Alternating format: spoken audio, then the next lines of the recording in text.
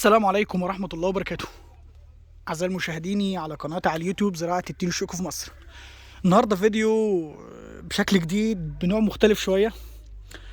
حاجة أنا بقدمها لك على الصنف اللي احنا بنشتغل عليه أو الحاجة النظيفة اللي احنا شغالين عليها في مصر أو جودة الصنف اللي موجودة في مصر الحمد لله يعني.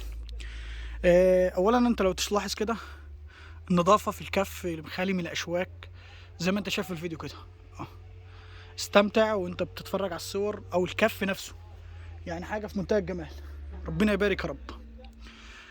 طب طبعا دي الميزه اللي احنا موجوده في مصر. طبعا هوريك حاجه منتشره في بعض بلدان العالم، منتشره بطريقه صعبه جدا. تين فيه شوك رهيب رهيب. فبالصدفه وانا ماشي في المزرعه كده قابلتني الشجره، يعني قررت لازم اعمل عليها فيديو. طب هل هو نفس الانتاج؟ نفس الانتاج، هو نفس الانتاج والجوده وكل حاجه، بس مشكلتها في الاشواك اللي في الكف. يعني بص كده انا بنقل معاك اهو، ادي كفين جنب بعض، بسم الله ما شاء الله تبارك الرحمن، حاجه في منتهى الجمال. ادي شكل الشجره من فوق، يعني ده الشكل العمومي يعني. تمام، ادي الشكل اهو. ننقل مع بعض كده اهو، مفيش اشواك خالص.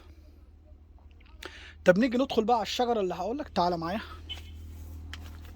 حاجه صعبه جدا هوريها لك دلوقتي، كميه اشواك رهيبه.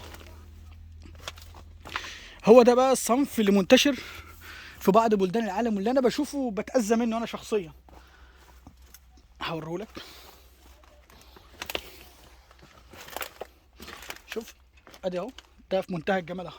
بننقل مع بعض، تخيل ادي الصنف يا سيدي.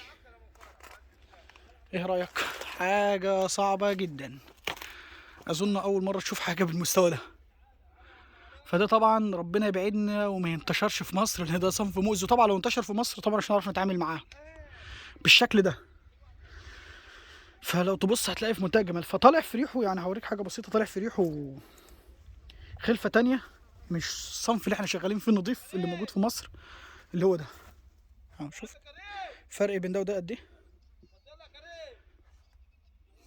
ربنا يعافينا منه يا رب. مؤذي جدا، مؤذي للعماله، مؤذي لكل حاجه. طبعا العامل مش هيعرف يخش في الشجره، لكن احنا طبعا نمتاز في مصر بالصنف اللي موجود عندنا. ان شاء الله تكون من احسن واجود الاصناف زي ما احنا شغالين على المستوى العالي في مصر. وده طبعا الصنف اللي بصوره لك في الفيديو ده منتشر انتشار رهيب في بعض البلدان، وشفته والناس بتجمع ومستحمله. الحمد لله مش موجود عندنا. يا رب تكونوا استفدتوا من الفيديو بتاعنا وتكون حاجه جديده، والسلام عليكم ورحمه الله وبركاته.